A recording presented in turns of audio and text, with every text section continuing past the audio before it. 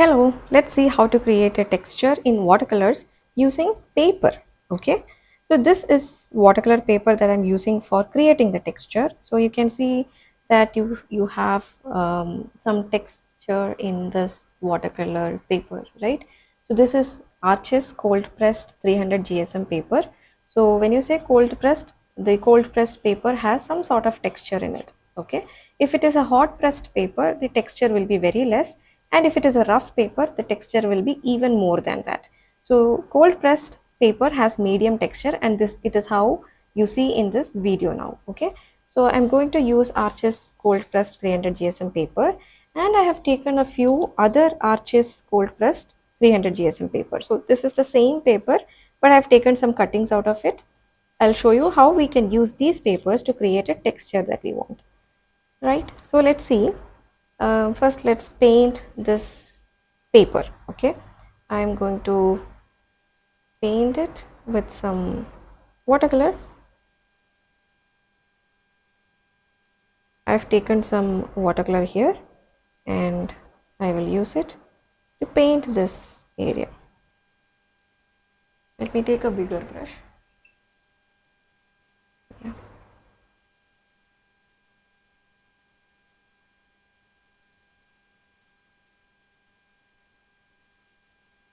Simply paint the paper using any watercolor paint. What I'm using here is Mijello Mission Gold watercolor paint. It's a professional brand of watercolor paint. Okay, fine. I have painted this. Now let me see how I can create a texture with this. Okay, with this paper I'm going to create an impression on this paper. Okay, so here you go.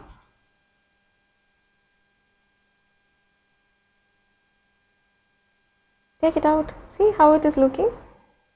This is the kind of texture that you get. Okay, and it can vary every time. You need not get the same kind of texture.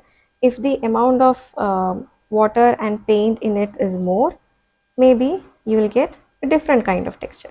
Let's add more water to it and see. Okay, see, I'm adding a lot of water now, and I want to see how it is going to come. So basically it is all about experimentation. You can try out different ways of creating texture and document it. See, I have added a lot of water. Now let's see with this what kind of impression it will create. I'm going in now.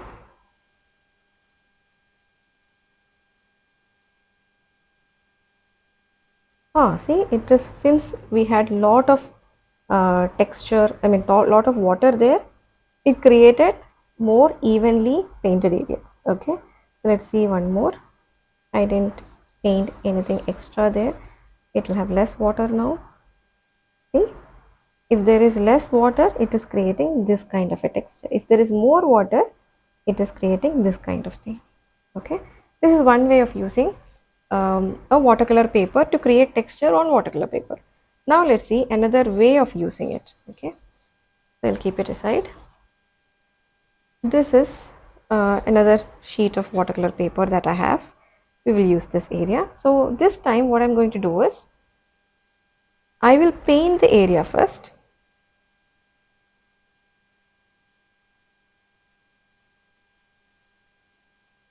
So this is my painted area. You can use any color that you want for these experimentations. Okay, now I have painted the area.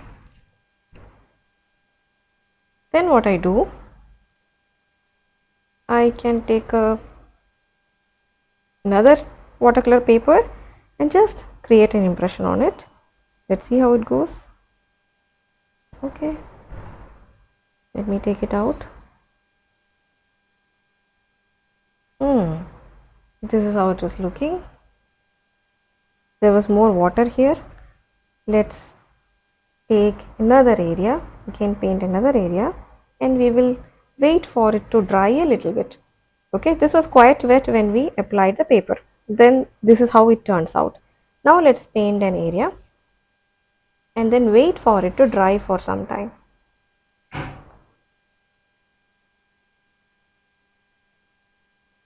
So depending upon the wetness level, the thickness of the paint, the result that you get can vary.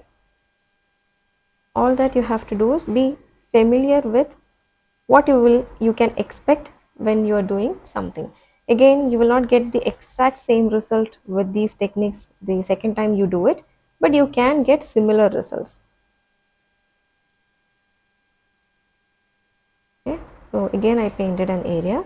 Now I don't want so much of water here, so I will wait for this area to dry a little bit. Meanwhile, I can show you here how you create texture with just brush and paint, but this is not a modern technique, it is a traditional technique you might already know. So if you take less paint in your brush, so since I already painted this area, this brush has less paint, and then if I do like this, you see I'm getting some textured form of result. See that?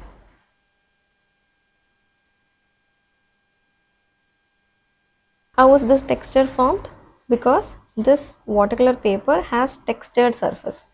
So when we apply paint like this, that texture is creating this kind of an effect. If you want to paint a water reflection with lot of shiny reflections, right, light reflections on the surface, you can actually use this kind of a technique. Okay, it looks like a water reflection. Okay, now I think this is quite dry. Let me take a fresh piece of paper and do the same thing here. Okay, and take it out. This is the kind of result I'm getting. Again, I can do it, okay, because there is no rules and regulations for these textures, right? Whatever you want, you can try and see what is the result you're getting. You can try a combination of traditional technique plus modern technique. It is all up to your creativity how you want to get different results. See, now this is how you got it. Okay, I went again and then did the same thing. It is lifting more, I think. See, I got this kind of a result. Let me show you closer how are these textures looking like. Okay, got it. So this is how we can use watercolor paper itself, a textured watercolor paper, to create texture on your watercolor painting.